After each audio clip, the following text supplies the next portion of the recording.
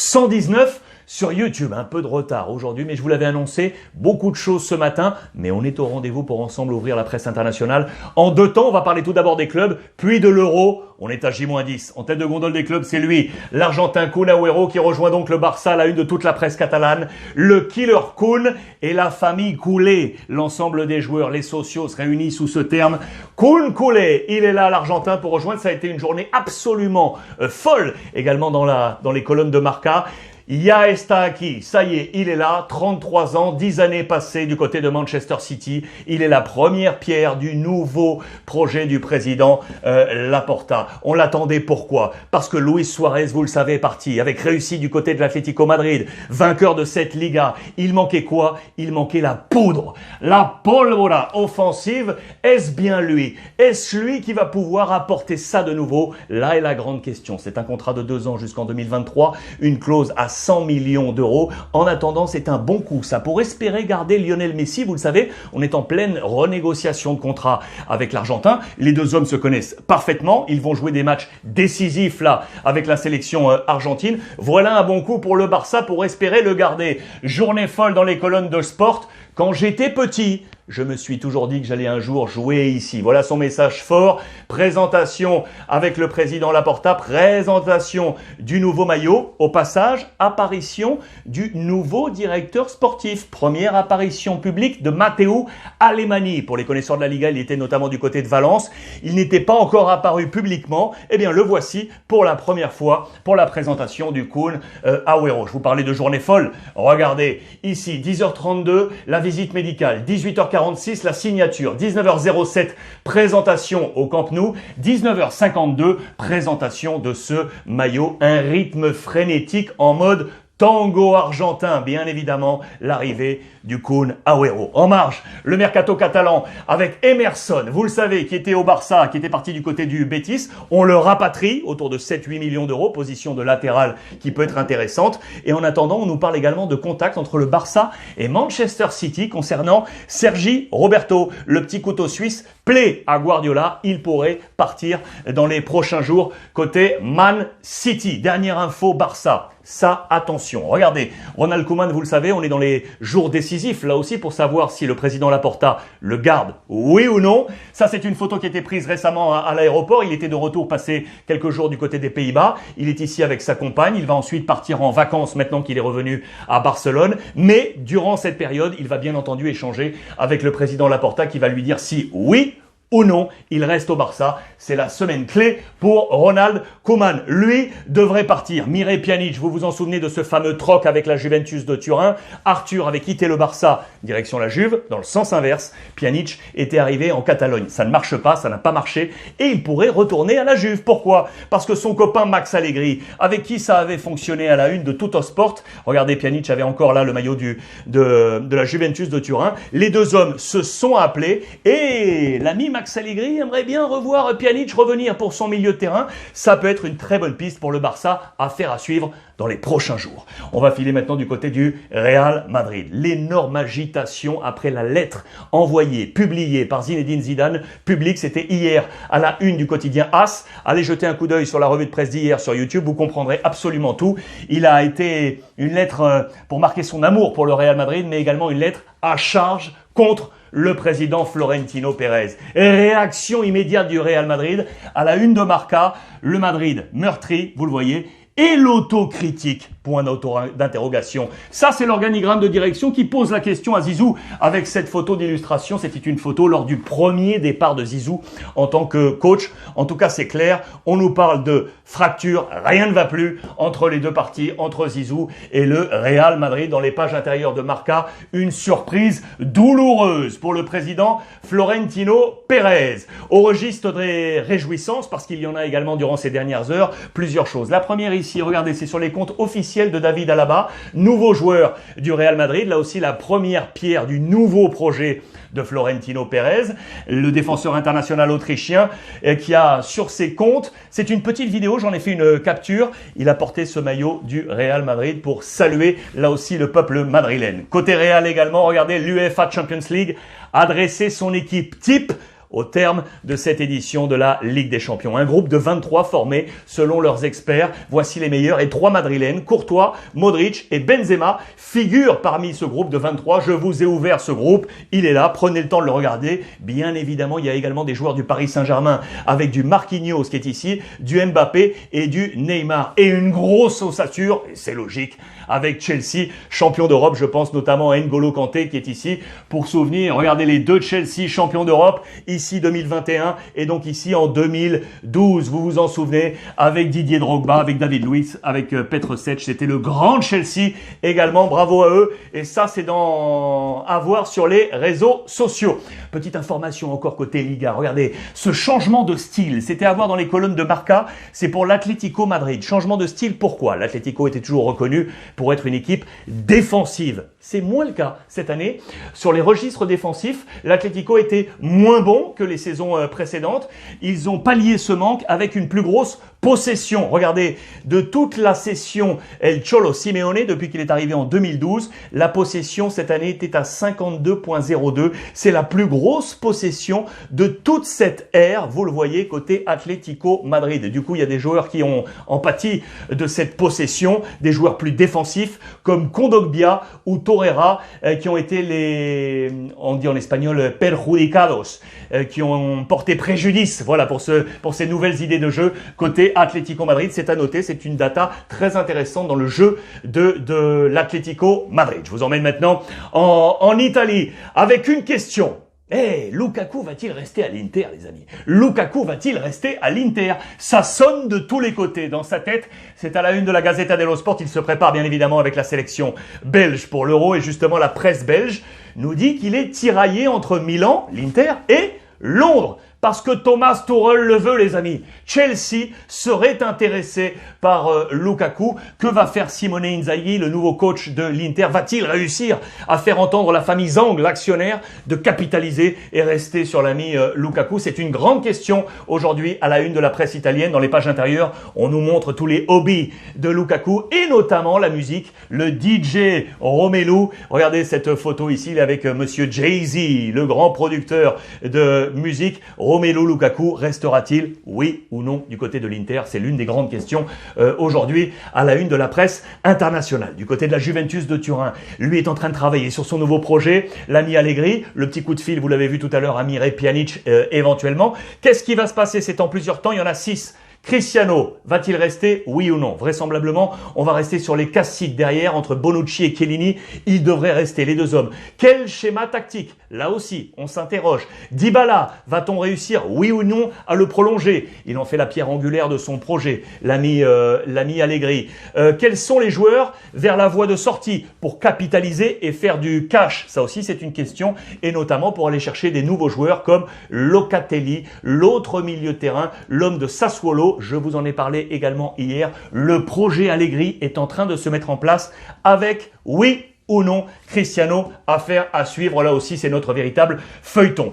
Du côté de l'AC Milan, on veut le garder, lui. Lui, c'est Tomori, le défenseur central solide de Chelsea. Là encore, tiens, on veut le garder. Il est prêté du côté de Milan, mais pour cela, il faut des fonds. On parle, regardez, on est à entre 20 et 30 millions d'euros. Vous le voyez. Est-ce qu'on va garder Tomori? C'est la principale question du côté de l'AC Milan. La seconde, c'est de savoir qui sera l'attaquant pour accompagner Zlatan Ibrahimovic la saison prochaine. Ça fait quelques jours qu'on nous parle d'Olivier Giroud. Une propale se prépare pour essayer d'aller chercher l'attaquant récemment champion d'Europe international tricolore qui sera présent à l'Euro à Milan. Oui ou non pour Olivier Giroud? Là aussi, on s'interroge du côté de l'Italie. Les dernières informations comme ça en vrac pour vous dire que Sarri, ça y est, arrive du côté de la Lazio. Le Blitz devrait être rompu. Le Blitz, pourquoi? Parce qu'il avait toujours un contrat existant avec la Juve à hauteur de 2,5 millions d'euros, avec la possibilité pour la Juve de lever une sorte d'option. La Juve ne va pas lever cette option, va donner cet argent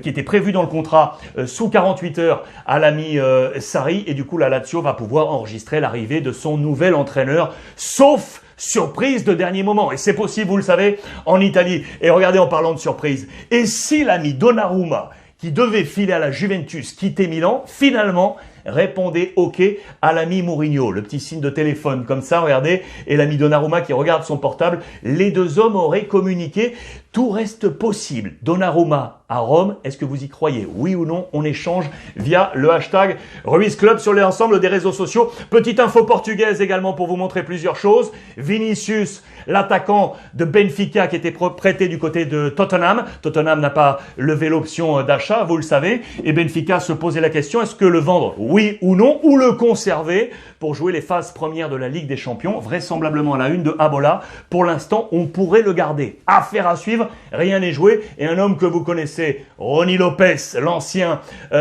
niçois, toujours niçois bien évidemment, il était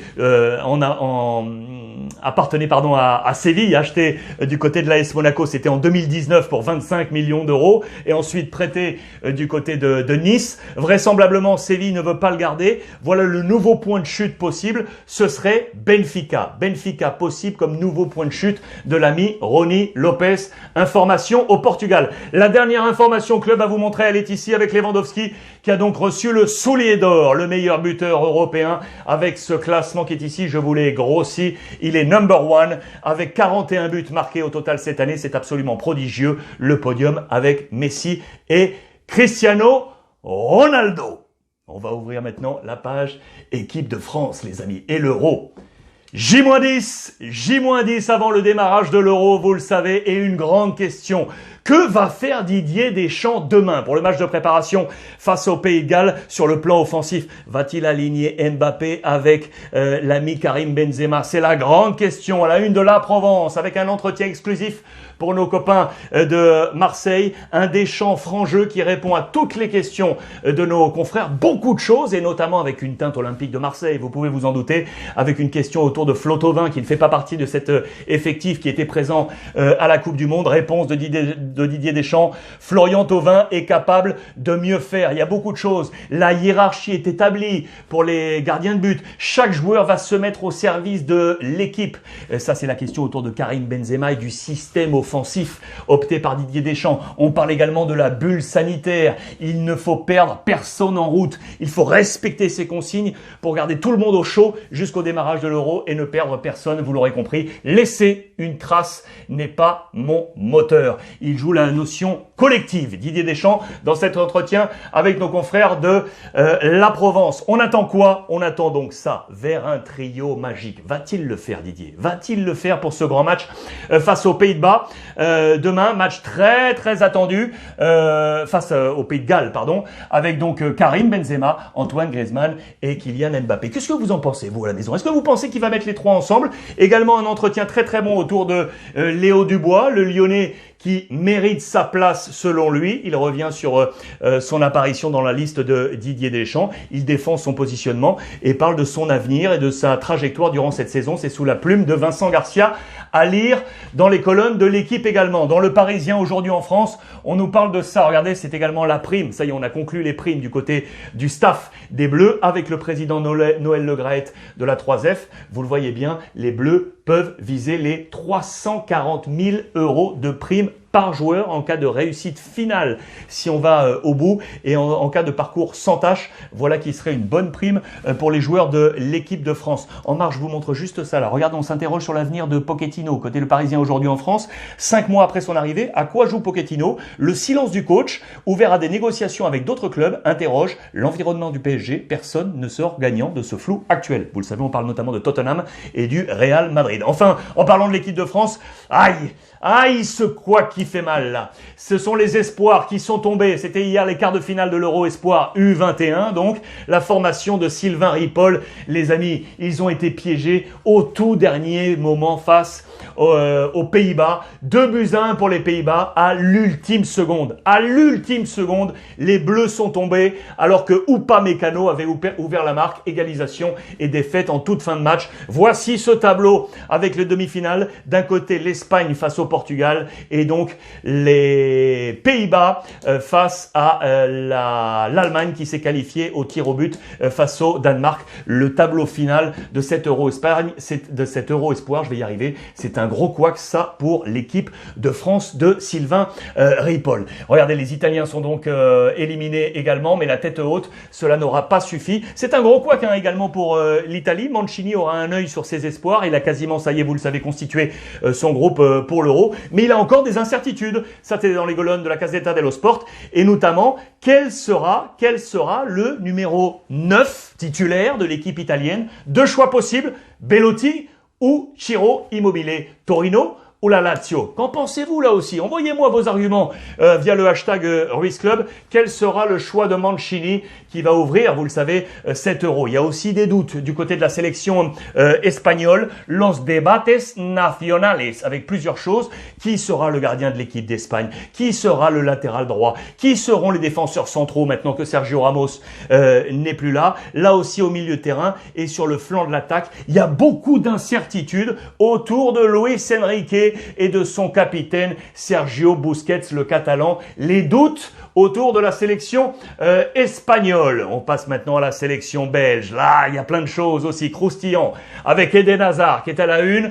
Je serai prêt. Grande incertitude, vous le savez. Lui qui a passé une saison ultra difficile, blessé avec le Real Madrid. Il nous le dit à la une. Je serai prêt. Witsel qui est avec le groupe, mais qui sort d'une énorme blessure. Il est en train de se préparer. Son objectif, c'est la Finlande, le 3e match de groupe. Roberto Martinez, le sélectionneur, va compter sur lui et espérer le voir de retour. Son remplaçant, au cas où, serait Sambi. Je vais vous en parler, Sambi, vous le connaissez, c'est le joueur de Arsenal. On va en parler tout de suite. En attendant, Eden Hazard, les confidences d'Eden Hazard dans les colonnes des dernières heures de Bruxelles. Je suis proche de mon meilleur niveau. Il veut y croire. Il nous parle également du retour de Thierry Henry aux côtés de Roberto Martinez.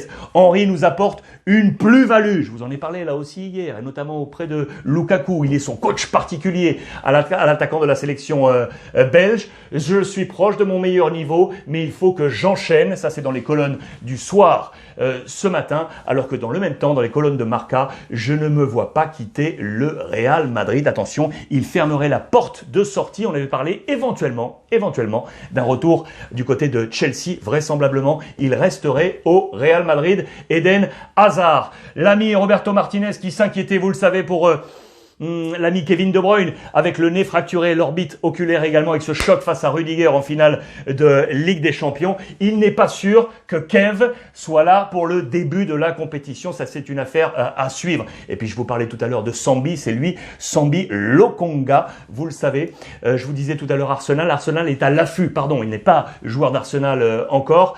Arsenal est à l'affût pour éventuellement aller le chercher. C'est un joueur très intéressant de 21 ans. Arsenal avait déjà été sur le coup, mais il est à Anderlecht. À voir ce qui va se passer pour son avenir. C'est un joueur vraiment à suivre dans ce type de compétition. Sambi Lokonga, joueur belge ultra intéressant. En Angleterre également, regardez le Call of Duty, l'appel du devoir. C'est également le nom d'un jeu vidéo. Vous le savez, toujours les petits jeux de mots à la une de la presse anglaise. Avec l'ami Gareth Southgate, le sélectionneur national, c'est là, c'est maintenant qu'il va passer à l'entonnoir les 33 joueurs pour en faire une liste réduite, vous le savez maintenant, à 26. Qui va-t-il choisir?